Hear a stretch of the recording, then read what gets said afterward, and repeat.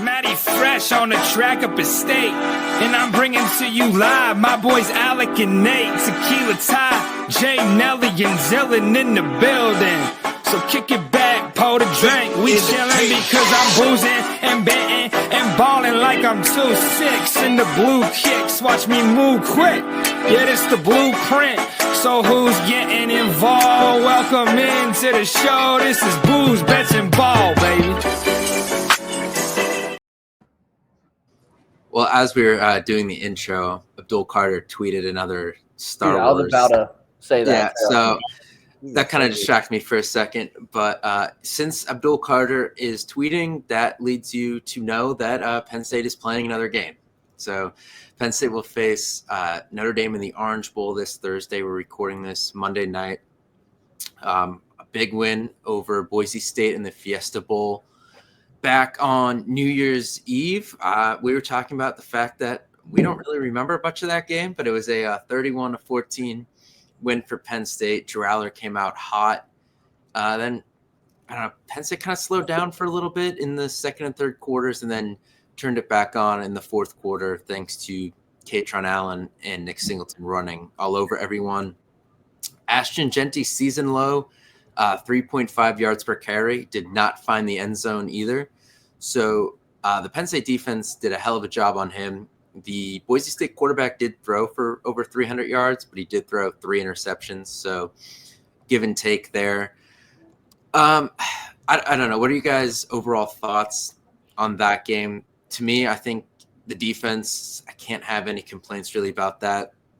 But the offense, I felt, tried to outsmart themselves at times when they really didn't need to. I mean, they ran for over 8 yards a carry in this game, and there were many third and shorts where they were doing stuff they didn't need to do, and it backfired on them. And I'll just quickly add this. I think you kind of saw them missing Bo Perbule a little bit because in a lot of those third and shorts would be when he would be in the game.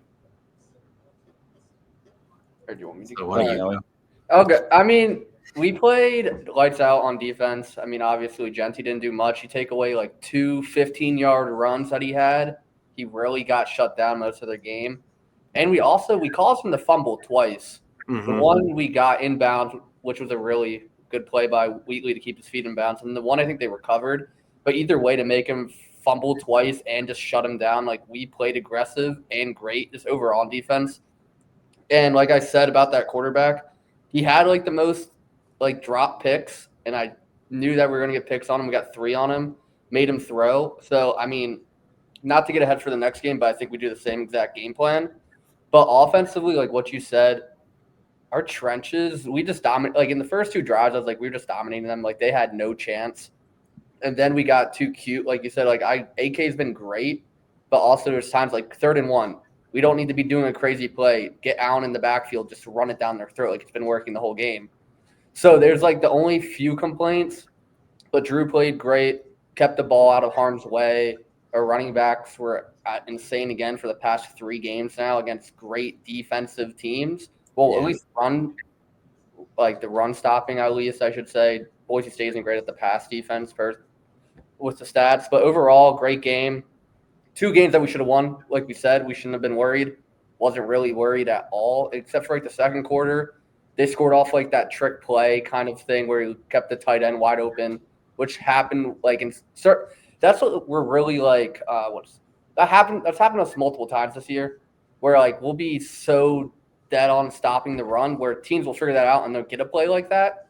But overall, we'll still win the game, which I think we do need to be worrisome about with Notre Dame, because we saw with like that 4th down play to get them off sides. That changed the game, will help them finish the game. So overall, I think that we played lights out. I mean, can't do much better. Second, third quarter could have played a little bit better, but overall finished and only gave up 14 points to the best running back and Heisman, I think. But yeah, more or less the same. Nelly talked a long time, so I forget exactly all the words that he said. But it went from touchdown. Then we got the fumble back with a great play by Zachy Wheatley. And then first play, Drew Aller pass complete to Harrison Wallace for 20 yards to the Boise 31. And then the next play was the fumble. And that just like seemed to totally derail any momentum we had for a long time, even though we made him punt the next drive. But then it comes up to 3rd and 3 at the Penn State 11 or 17, sorry, and we throw a pass where, again, just run the ball there probably. So yeah, a little bit too cute for school some of the time, I think, and that cost them. But at the end of the day, still a 31-14 win. This was a game where I don't think, even when Boise had the chance to bring it to 24-21, and they had a touchdown get called back, never felt like Penn State was going to lose this game, right? It was a very kind of Illinois game in that way, where it got close at times, and it should have never been close, but it was never in doubt. Even though I had to leave the New Year's party that I was at to come home because people were talking too much about. Yeah, thankfully where I was at, everyone was on the same page about the game, so that helped. If that fumble doesn't happen with the exchange between Aller and I can't remember who the running back was. I think it was Singleton. Yeah, if that doesn't happen, this game's probably like 45-7. There was just a lot of momentum swings that went on there. Like that game was easily about to be 21-0. And there's just another quick point I'll make on this game before we move on. I think the Abdul Carter injury scared them a little bit offensively, where they wanted to take all these shots, score quick, run the score up as fast as possible, and get everyone else out of this game. Because that's kind of where this the shift in the offense kind of happened, was when Carter got hurt, and I think they were just trying to go for the knockout punch early and get it over with and get everyone out of the game, and it didn't happen. And I think that's kind of why Boise sat around a lot longer than they should have, was just because Penn State was trying to do things that weren't there, because they were trying to blow this game out a lot sooner. And honestly, if they just ran the ball, I think they could have blown it out sooner too. So I think that's what they kind of got into, a little bit of a panic mode. And then when the game actually got close, they're like, okay, we actually have to win this thing. And that's when they got back to running the ball.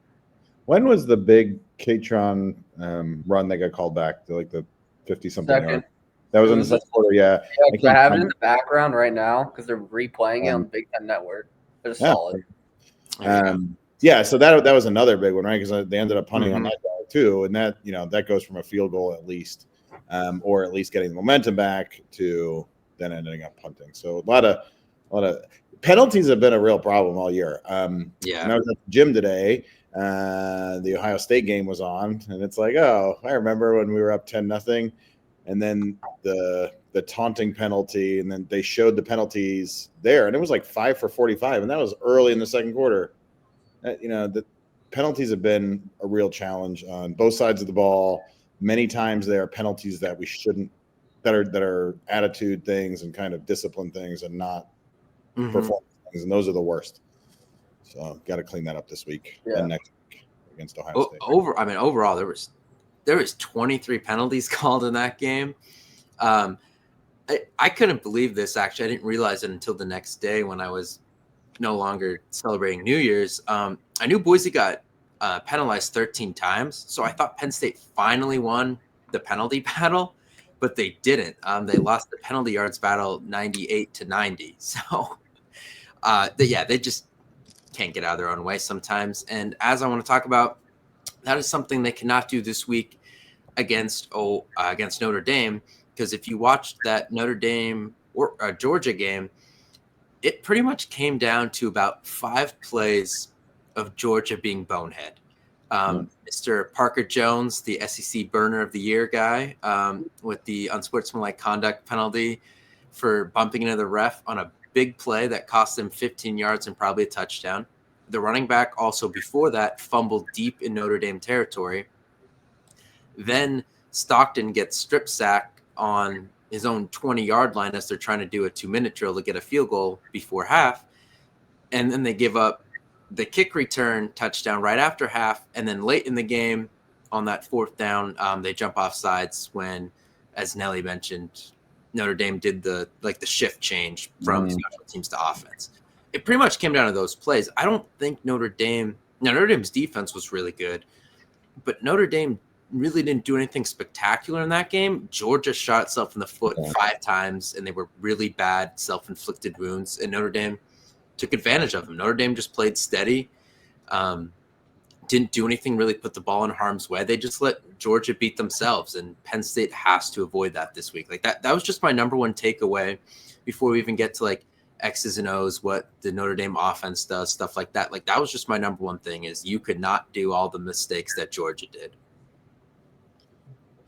Yep. So today is like my first day back to work. So I've had a lot of podcasts on in the background and stuff. And I think that the way it sounds like, yeah, Georgia, I didn't watch the Georgia Notre Dame game, but it's exactly like you said. I mean, Georgia probably should have won that game, right? And if not for the mistakes, and if they had Carson Beck, they would have almost certainly won that game. So, like, Penn State has done a really nice job to take care of the ball this year. The penalties aside, they have not turned it over a lot. And I think, we'll talk about it, I guess, but this portends well for the Nittany Lions going into the week, because Georgia played garbage and still, wasn't blown out. Yeah. I mean, Notre Dame, I saw today on like Josh Pate that I was watching his like episode about us. They generate all their offense off of turnovers. Like, he picked us and he was like, the only way Penn State loses if they beat themselves, like Georgia did. You don't turn it over in the 15-yard line with a fumble, they don't score. You have special teams can tackle, they don't score. Like, that game is 10-3. You're down by a score. You got a chance to tie it going to overtime, or maybe just win the game outright. Their offense was nothing special. If anything, from what we've seen this in the playoffs so far, we have a better wide receiver core, which is saying something. Like, we've been hating on our wide receivers, and the fact that we have a better wide receiver core means what we did against Boise, we're going to do exact same thing against Notre Dame and stop Leonard with the QB option, stop Jeremiah Love, who's like, I heard 70% maybe. And then I know they have a great backup, Price, who's been good this year too. So, I mean, really with them, it's just, if you don't beat yourselves, you're not going to lose the game or give the game away. Like we said with Madison on Boise State, make him beat you. Like, there's no reason. If he goes out there and throws 3 TDs, no interceptions, like, props to them. But, like, he hasn't done that all year. They've had close games like us. They've had terrible offensive performances. So, like, just so I could take away before we get into that, like, our next game, Georgia, Notre Dame didn't win. Georgia just lost. They just gave it away. Like, Notre Dame did nothing special. Their defense is great. Like, for our game, it's going to come down to trenches. Like, their offensive line's insane. From what I saw, they just played great. Their defense is very stout, tackles hard. They just are all swarms the ball in a second. So, I mean, honestly, this game is still not a game I'm super worried about yet. Like, definitely more worried than SMU and Boise, just because they have better athletes, better coaching, better everything. But they still aren't a flashy team where they're going to go out there and put 28 up and by halftime, we have to come back and score with our wide receivers and just push it down the field. So, I mean, from what I saw, they're a very beatable team. Yeah, I mean, they're 13-1, and their only losses to NIU of all teams. It's pretty funny. Yeah. But the one thing I will say is, when the Penn State defense has struggled this year, it's because teams have spread them out and thrown the ball down the field. It started a little bit with Bowling Green. Then USC did it. Miller Moss had a big game. And then Will Howard did enough to beat Penn State. They had a couple touchdown throws. And then obviously we know Oregon kind of diced up the Penn State defense with their talented receiver group. Notre Dame doesn't have that. Notre Dame is very much run, run, run. Even with the quarterback, Riley Leonard's a big runner. And I think, Penn State's been challenged by running backs this year. They've been kind of challenged by a couple running quarterbacks. Riley, what the hell's that guy's? Garrett Green. I almost call him Riley Green. Garrett Green and Luke Altmaier from Illinois. But they never faced them at the same time. So there's a unique challenge they have to go against. But I think, as Nelly said, their receivers are not anything special. And, Notre Dame's had a lot of good tight ends in the past. It's not really the case this year. So you can trust your defensive backs one-on-one against these guys, I think. I think it really just comes down to, you got to key on that run, and you got to spy Leonard and not let him break these big runs, because Notre Dame just wants to play the field game. They want to control the time of possession and let their defense win the game for them. And you just can't let that happen. Yeah, I think that. So I'm looking now at the splits for our run defense, and like you said, I think quarterback splits. I don't know exactly, but Bowling Green ran for 4.6 yards against Penn State. USC ran for 7.8 or 7.9. Two of those were on, like, I don't know. They had at least one 75-yard run, and then another big one, and then Ohio State ran for 4.4 yards, 176 on 40 carries. Like, you cannot be a one-dimensional team, and you're not going to beat Penn State that way, right? I think USC had a lot of good passing that day. Bowling Green, similarly, we gave up a lot in the air too. I mean, they only had 121 yards rushing, but pretty high average. I don't know. Like, I feel like they're just, everybody on the podcast and on Pate and on three and kind of the more general ones talk about how we're very similar, built to match up against each other.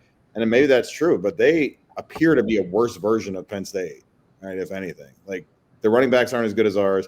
Their tight end's not as good as ours. The quarterback is definitely not as good as ours. The wide receivers, even if you want to give it that. And then kind of defense, like that, maybe their safeties are better than ours or something, but that's about it. Like, we shouldn't lose this game. If Penn State does, I think Drew Aller has a really bad game. Notre Dame blitzes a lot with Al Golden, former Penn Stater, as DC. They blitz a lot. And, Boise blitzes a lot too. And Boise got home 4 times.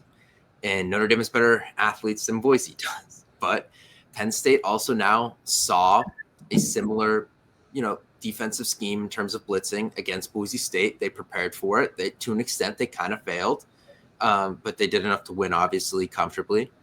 So now you're kind of running it back, and you get to see what worked and what didn't. So I think that's a big advantage for Penn State is you're seeing another heavy blitz defense that brings 6 or 7 guys. As Landon Tangwell noted, they run that axe blitz or whatever where the pick, and the guy comes free. Boise did that a lot. Notre Dame apparently does it a lot. So now you get another crack at how you want to scheme this up, which helps. They did not go to Singleton or Allen like once in the flat on those blitzes. They did not really get those two involved in the passing game against Boise. I have a hard time seeing that being the case again, just because Notre Dame is going to come at you. And I think you just get the ball out to those guys with the way those two are playing right now and let them make a play in space. I think that's your best bet. I don't need Aller hero ball, but I also, if this gets into a shootout, I'd definitely rather have Drew Aller and Tyler Warren than Riley Leonard and their receivers. So, that is a plus for Penn State, although I doubt this game gets into shootout territory. Yeah. So speaking of Tangwell, I watched him today too. And that scheme, like you said, that Boise runs is very similar to what Notre Dame runs. And he did a retrospective after the Fiesta Bowl and some of the blocking challenges that Penn State had there. Mm-hmm. And it seems like, as much as anything, it's misreads by either Dawkins or Aller, whoever's making the calls, versus just not being good enough or being not being athletic enough or missing blocks. It's just they were out of place. Yeah. So I think actually that's a tremendous advantage to have, to be able to see that 2 weeks ago and have it not cost you a win, and then come back to it now and know that you're going to get a very similar scheme out of the Notre Dame defense that you got out of Boise State. I think that was like a really good practice session going into now the Orange Bowl. Yeah.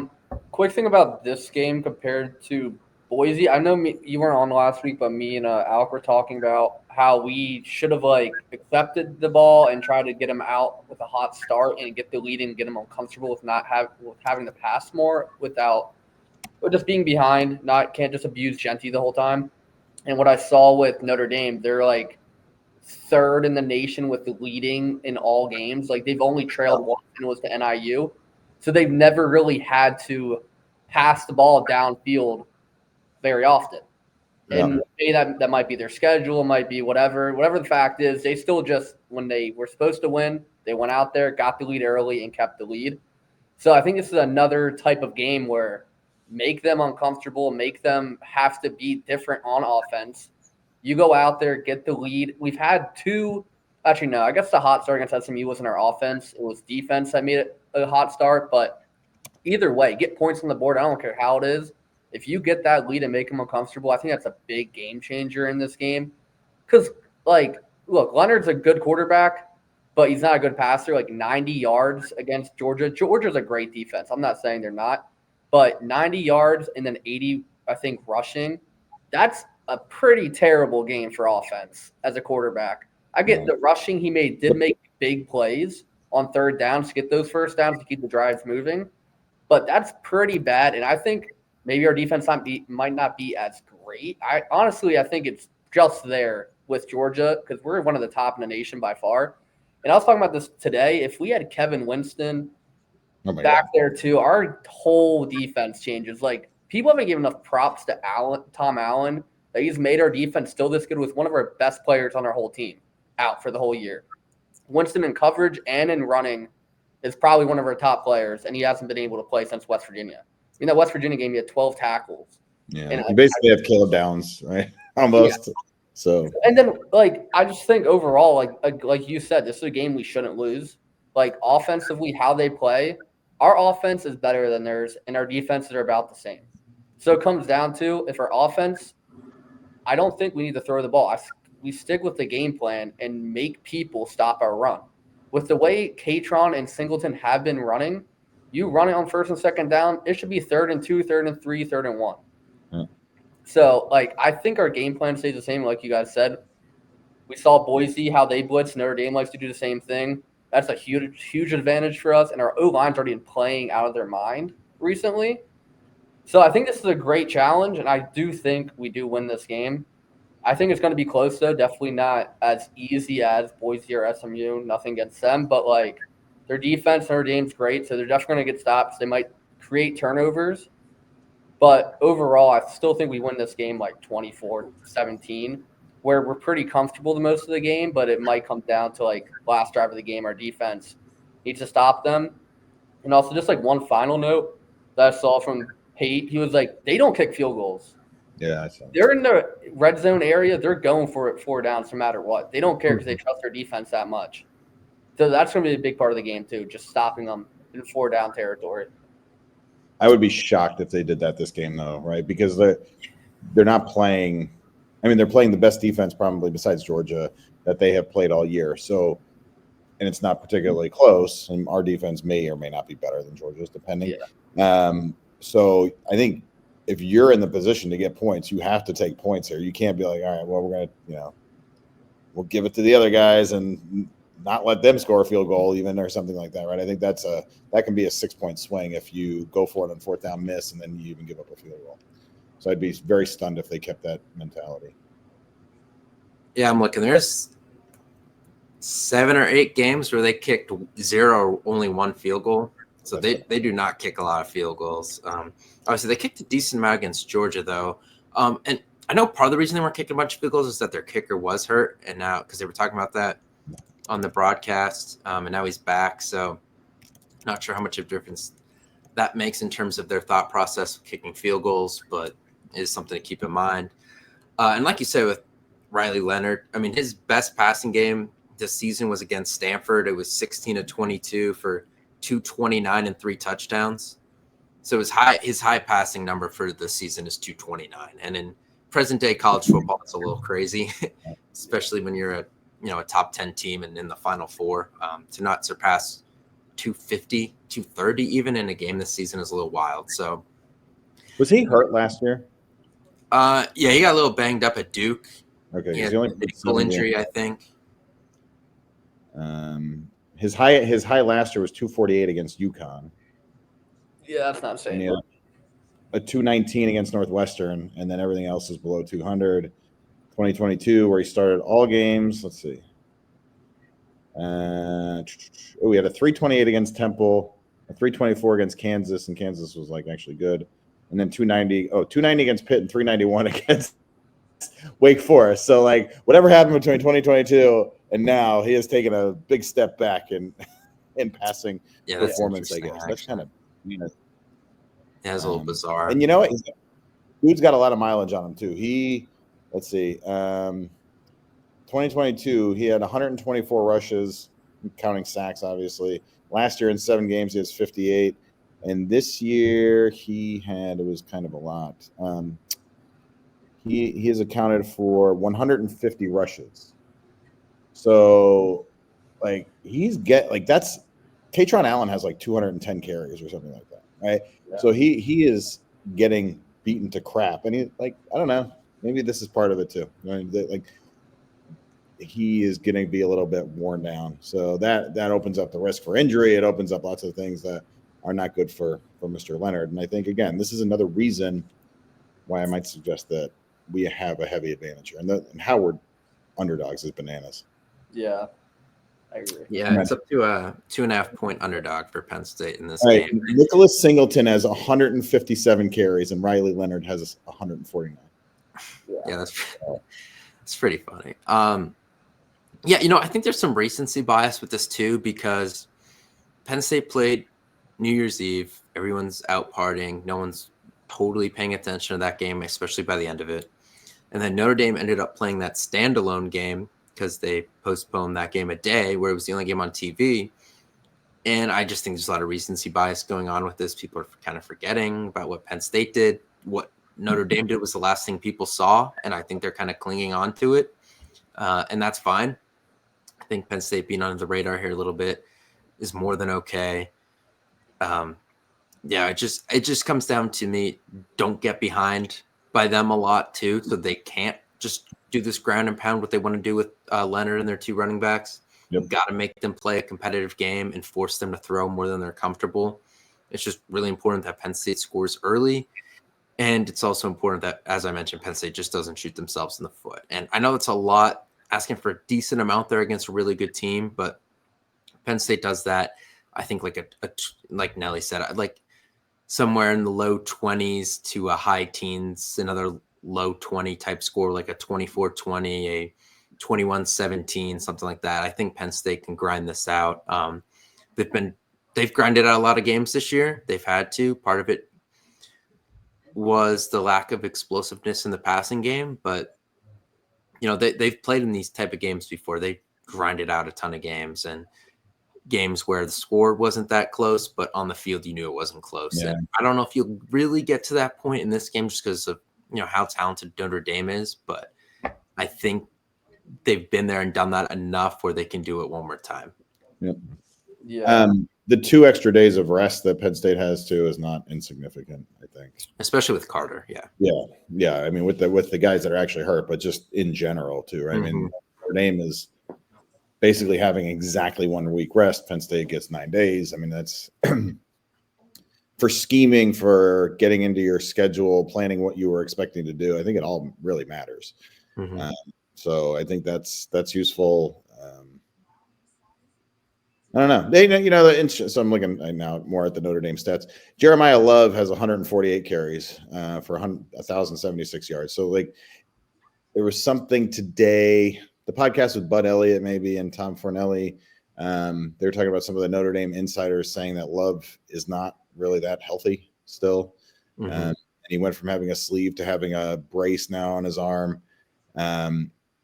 So if he's not what he's supposed to be, they're in a lot of trouble, right? Like, he is their best offensive weapon, and it's not. Yeah. So.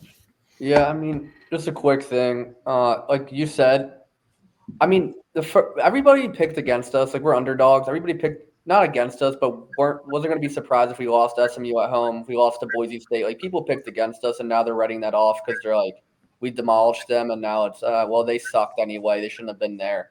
And then it's going to be the same thing now if we go in and beat Notre Dame. It's another big game. It's a big game. Even no matter what you think, it's a huge game. It's a semi-playoff. It's the semifinals in the playoffs.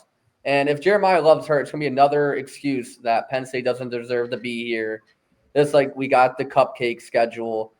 But, I mean, if you really look at it, Notre Dame, yeah, they played Georgia, but, Georgia's banged up. Indiana, we could say the same thing about Indiana they said about SMU. Should they have really been there? They're 11-1, but then got absolutely stomped against Ohio State.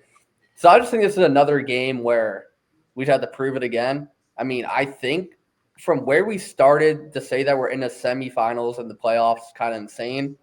After losing to Ohio State when we had the lead, and then they lose to Michigan, we make the Big Ten. Like, so many things have happened to get us here.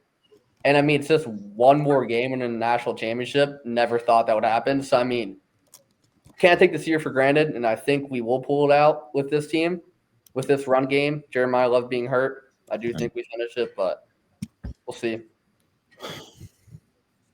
28-17. 28-14. Let's say that. 28-14. That would be nice, actually. I do think we score more than I think. Like I said, 24, but I do think we will pass the ball better than expected. That's another Tangwall. I think like he gets a little bit of flack, right? But he's really good at this. Like he was pointing out, if we can go in motion and shift to have a certain safety, I forget the dude's name, him up top versus the good one.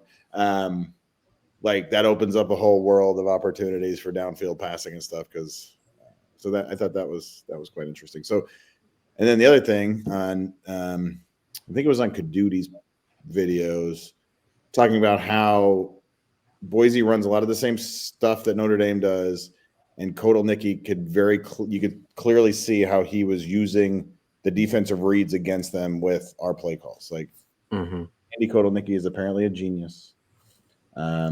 Just makes on Thursday stupid decisions on 3rd and 1 or whatever. But, yeah. All right. Well, real quick, who do you want to win the other game? I want the revenge. If we're gonna go to the national championship, got to win. No one better than to beat Ohio State in the Natty. I don't want to. Yes, Texas isn't that good.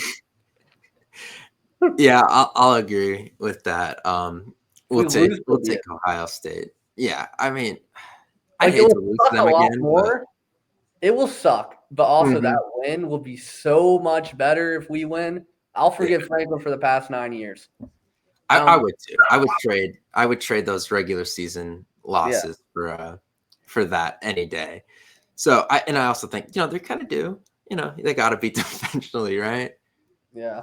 You would think. I think like having Julian Fleming somehow like score touchdowns in the fourth quarter, like it would just be the most amazing thing that could possibly happen to him and to Penn State football. That's for sure. Now I promised my son that if it's Penn State UT that we would go. Okay. That's fair. Yeah. So that would, I kind of want to go. We won't go if it's Ohio State. Definitely won't go if it's Notre Dame, obviously. Obviously. Yeah.